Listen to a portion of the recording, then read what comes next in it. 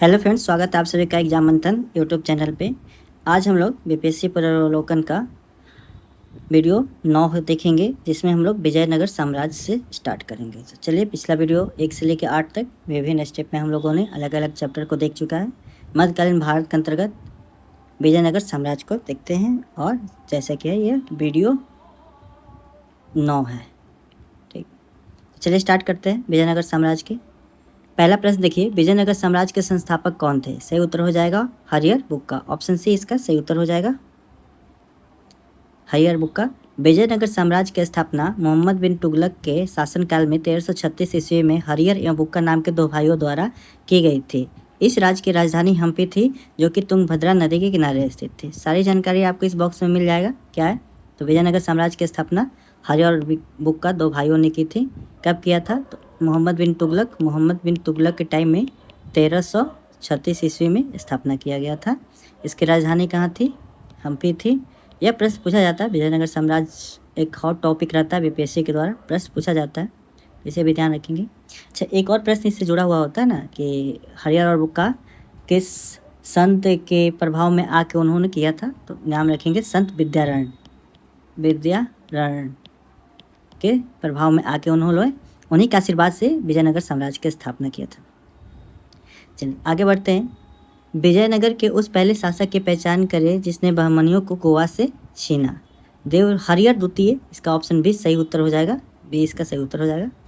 Explanation को भी देख लेते हैं। 1377 ईस्वी में बुक्का की मृत्यु के बाद उसका पुत्र हरिहर द्वितीय सिंहासन पर बैठा। उसने महाराज धीराज की उपाधि ग्रहण की। उसने कनारा, मैसूर, त्रिचिल्लापल्ली, कांची आदि प्रदेशों को जीता और श्रीलंका के राजा से राजस्व वसूल किया। बहमनी राज्य से भी उसका संघर्ष हुआ। हरिहर द्वितीय की सबसे बड़ी सफलता पश्चिम में बहमनी राज्य से गोवा था।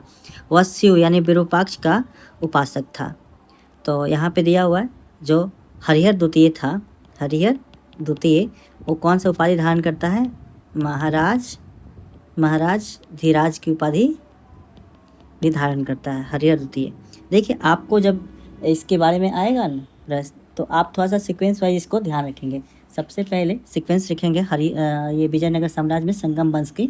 सबसे पहले तो हरिहर स्थापना करता है, ठीक है। हरिहर के बाद से उसके बाद से बुक्का फर्स्ट आता है, फिर हरिहर सेकेंड आता है। उसके बाद से हरिहर बुक्का वाला यहाँ पे कहानी ख़त्म हो जाता है। अब आएंगे देवराय प्रथम, उसके बाद से देवराय द्वितीय, फिर मल्लिकार्जुन, ठीक है। और फिर उसके पास बाद आते हैं विरूपाक्ष। और भी आते हैं, लेकिन महत्वपूर्ण जो शासक है यही है विरूपाक्ष। तो ये महत्वपूर्ण शासक है विरूपाक्ष द्वितीय, ठीक है। तो अभी हम लोग यहाँ पे देख रहे हैं कि हरिहर जो है, हरिहर द्वितीय जब शासनकाल में बैठा है ना यहाँ पर, तो ये महाराज धीराज की उपाधि धारण करता है। चलिए आगे बढ़ते हैं। विजयनगर के राजा कृष्णदेव राय ने गोलकुंडा का युद्ध किस राजा के साथ लड़ा था? कुली कुतुब शाह के साथ लड़ाई होता है कृष्णदेव राय के। अच्छा देखिए, कृष्णदेव राय, इसका एक्सप्लेनेशन भी देख लेते हैं। विजयनगर के राजा कृष्णदेव राय ने गोलकुंडा का युद्ध गोलकुंडा के सुल्तान कुली कुतुब शाह के साथ लड़ा था। गोलकुंडा में कुतुबशाही वंश की स्थापना कुली कुतुब शाह ने की थी। जब कृष्णदेव राय उड़ीसा के साथ युद्ध में व्यस्त थे, तब कुतुब शाह ने विजयनगर की सीमा पर स्थित पांगल और गुंटूर के दुर्ग पर आक्रमण किया था तथा वारंगल, कोंडविंडु आदि के किले जीत लिए। इसके पश्चात उसने विजयनगर पर आक्रमण करने का प्रयास किया। कृष्णदेव राय और कुली कुतुब शाह के बीच संघर्ष हुआ। कुतुबशाही सेना पराजित हुई थी। अच्छा, तो ये इसका एक्सप्लेनेशन है। अच्छा, कृष्णदेव राय जो थे, कृष्णदेव राय थे, किस वंश के शासक थे? तो संगम वंश पे, तो संगम विजयनगर पे तो शासन कर रहे थे, लेकिन याद रखेंगे यह तुलु वंश के शासक थे। और क्रम क्या रहता है विजयनगर पे जो राजवंशों ने शासन किया था? सबसे पहले ध्यान रखेंगे संगम, फिर सुलु, फिर से तुलु, और उसके बाद से अरामेडु। तो यही रहता है शासन करने का अरावीर। और कृष्णदेवराय जो है तुलु वंश के शासक थे। विजयनगर साम्राज्य के वित्तीय व्यवस्था की मुख्य विशेषता क्या थी? भू राजस्व प्रणाली थी। चलिए एक्सप्लेनेशन को देखते हैं। विजयनगर राज्य को विभिन्न स्रोतों से आय प्राप्त होती थी, यथा भू राजस्व, संपत्ति कर, व्यापारिक कर, व्यवसायिक कर, उद्योगों पर लगाए जाने वाले कर, सामाजिक और सामुदायिक कर तथा अपराधों के लिए आरोपित अर्थदंड। भूमि की भली भांति सर्वेक्षण किया जाता था और उपज का 1/6 भाग भूमि कर के रूप में वसूल किया जाता था। देखिए 1/6 भाग भूमि कर एक कर की आदर्श दशा थी, किंतु वास्तव में भूमि की उपज के आधार पर यह 1/6 से 1/3 के बीच होती थी। शिष्ट क्या होता है? तो भूमि कर को कहा जाता है। शिष्ट नाम कर राज्य की आय का प्रमुख स्रोत था। केंद्रीय राजस्व विभाग ने 98 कहा जाता था। ठीक है, तो इसका नाम अलग भी है और जो बताया जा रहा है कितना था, तो 1/6 था।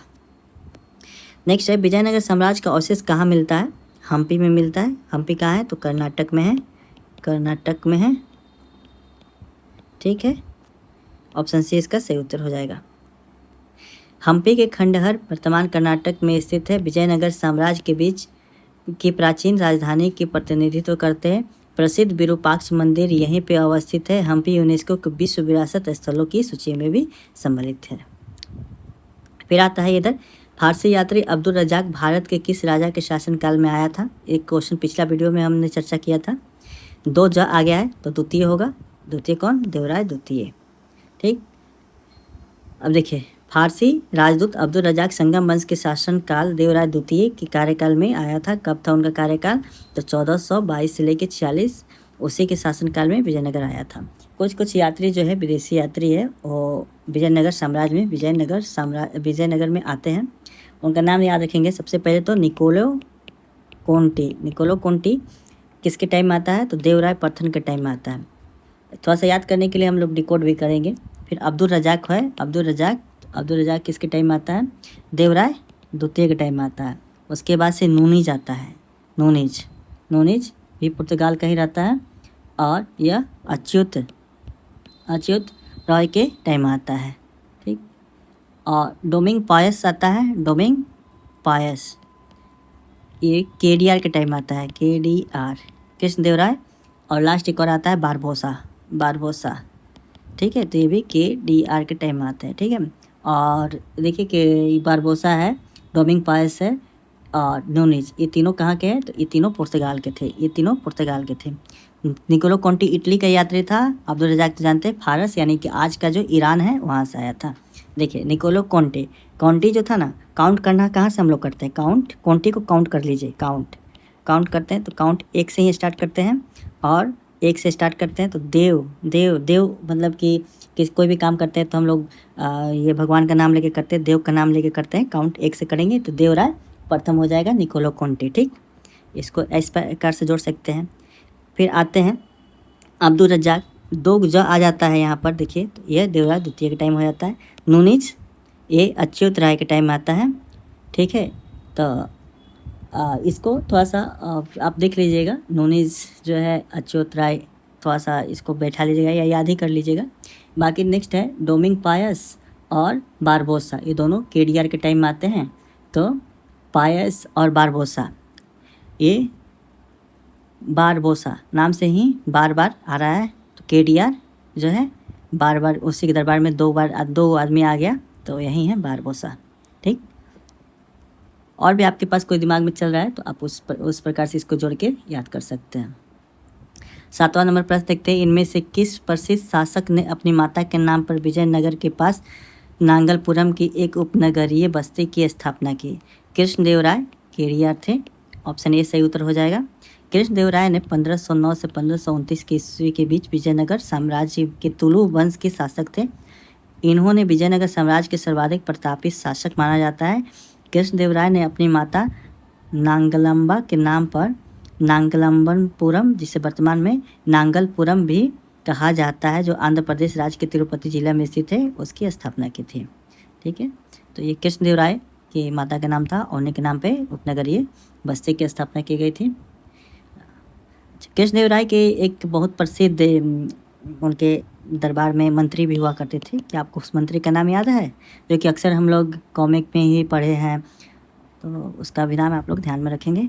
अगर याद होगा तो आप ज़रूर बताएं कमेंट में। चलिए 8वां नंबर प्रश्न है, सन 1565 में कौन सा प्रसिद्ध युद्ध हुआ था?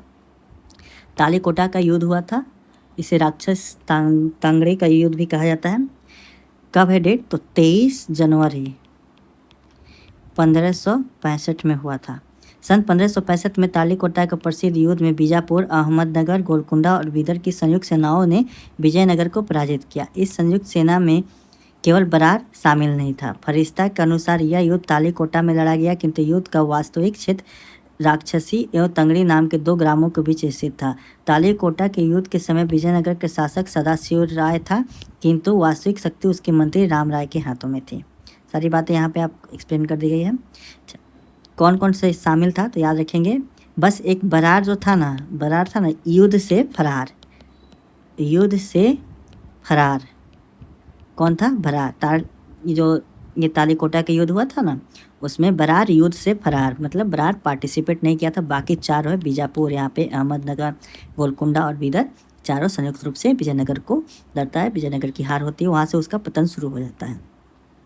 देखिए, राम राय एक युग सेनापति था। उसने बहमनी राज्यों के मुस्लिम शासकों के मध्य फूट डालने का प्रयास किया, किंतु सफल नहीं हुआ। तालीकोटा के इस युद्ध में हुसैन निजाम शाह ने अपने हाथों से राम राय का वध कर दिया था। तो यह हमारा विजयनगर का प्रश्न जो है यहाँ पे समाप्त होता है। आगे देखते